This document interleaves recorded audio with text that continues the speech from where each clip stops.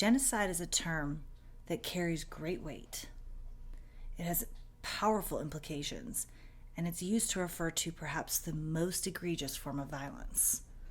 But much as is the case with all forms of violent crime, genocide can be particularly difficult to nail down exactly what we're referring to, and it has its own unique sets of challenges. First, the term genocide is largely a symbolic term. Okay, this is usually used to draw the attention of other parts of the world, especially places that are far away. And it instantly labels the actions being described as inherently evil because this symbolizes the most destructive form of violence. We're talking about wiping out an entire group of persons. And this rhetoric that is involved in it, who's the good guys and the bad guys, who's inflicting such serious violence upon a group of people, it can make it confusing what exactly we're referring to.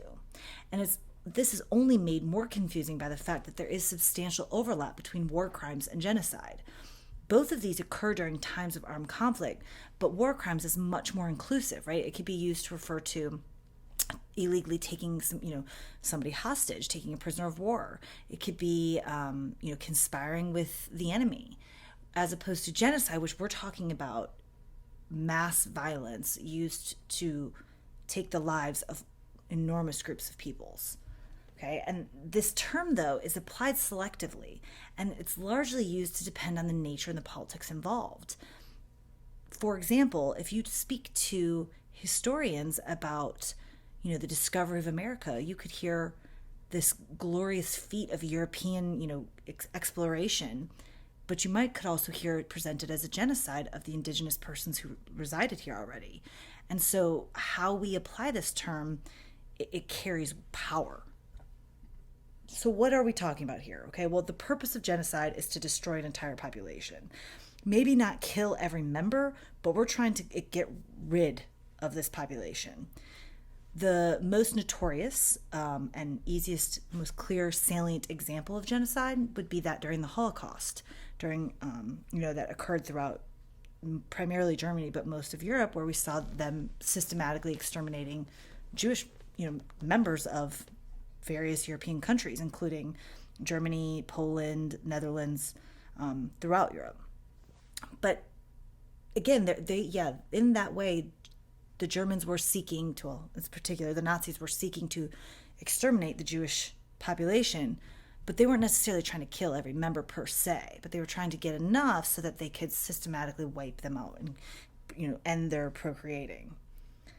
This includes many actions and policies beyond simply mass murder, and not all of these are immediately lethal. So, for example, forbidding, or better yet, requiring that every person of a certain group is required to be sterilized so that they cannot have children, or perhaps not allowing them access to medical care so that they're not able to live as long and to, so that they cannot procreate and continue their bloodline. And so again, this occurs against national, ethnic, racial, or religious groups. And so it's important to note that other groups, other collective populations cannot be considered genocide. Genocide is only used against national, ethnic, racial, or religious groups. So a clear example is, trying to exterminate all members of the Democratic Party, the Republican Party, either one, right? That's not technically considered genocide. But what's so key about genocide is that you have to establish that there was intent. And that intent must be to destroy, either in whole or in part, one of these identified racial, ethnic, national, or religious groups. And so there has to be what is known as special intent or genocidal intent. And this can be inferred from indirect indicators such as speeches, the general rhetoric that's used by people in that group. But it could also be, from you clearly held the gun to these people's heads and killed them, right? So it gives people more prosecutorial leeway to seek justice against those that carry out these atrocities. So why does genocide occur? Because we're talking about mass destruction here. And the reality is that most acts of genocides are rational attempts to seek or to achieve a specific goal. Now, bear in mind, by rational, I'm not saying moral, I'm not saying ethical. I'm saying this was a person that thought out, my goal is to exterminate this population, to have power, to dominate, to whatever it is. So this is how I'm going to go about it. And that's what makes it rational, right? That they had a logical thinking of how they're going to achieve whatever their goal is.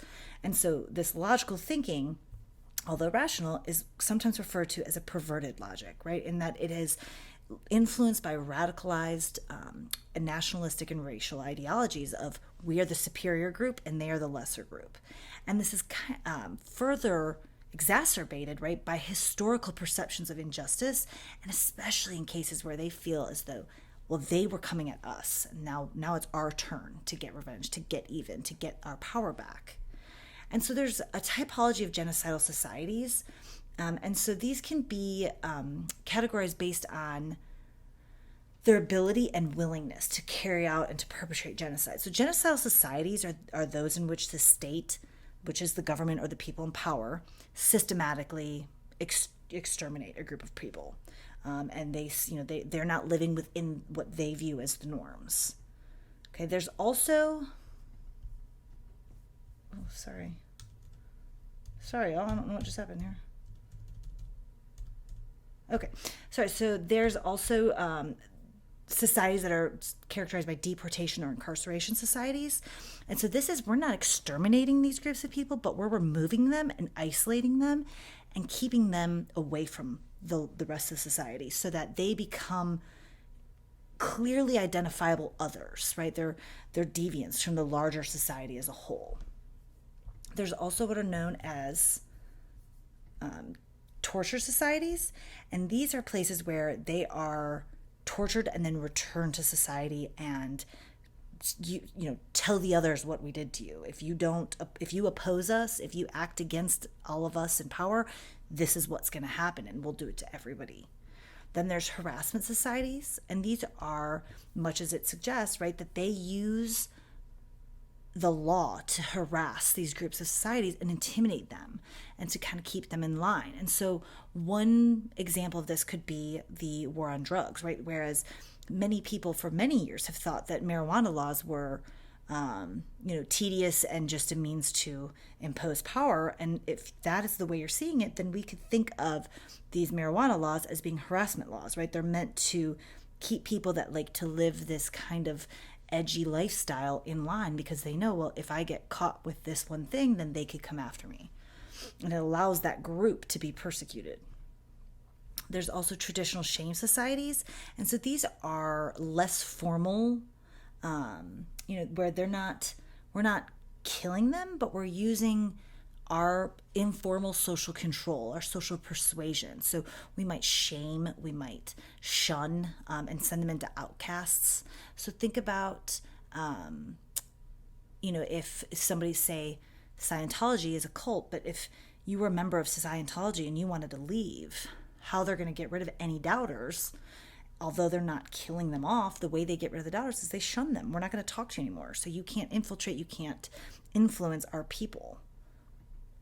Okay, and then there's guilt societies, and guilt societies, these rely more on these internalized norms to guilt people into conforming with what everybody else is doing.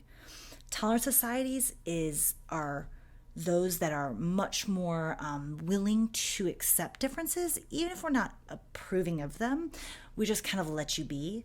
And then the final one are permissive societies, and these openly embrace diversity, and there's no persecuted group. So if you look at this, right, you can think of these as genocidal societies being the most willing and the most able to perpetrate genocides, and permissive societies as those that are the least willing and the least able to carry out genocide. And we can also think about categorizing genocide by motivation. And so the first is these are developmental. So they are motivated because this group is impeding on our ability to develop, right? So in these societies, for example, think about the very first example I gave of the indigenous persons living in America when the Europeans colonized it. They were wiped away because they prevented the growth of the European colonies. There are despotic genocides, which are those that are The government is inflicting genocide to be able to dominate. Any naysayers are exterminated so that they can retain all the power. So they might go after a opposing political person, right? Like somebody that was in authority that might be well respected and pose a threat to their power. And then this is similar but importantly distinct, okay? Ideological genocides are those where it's not so much that we don't like you because you're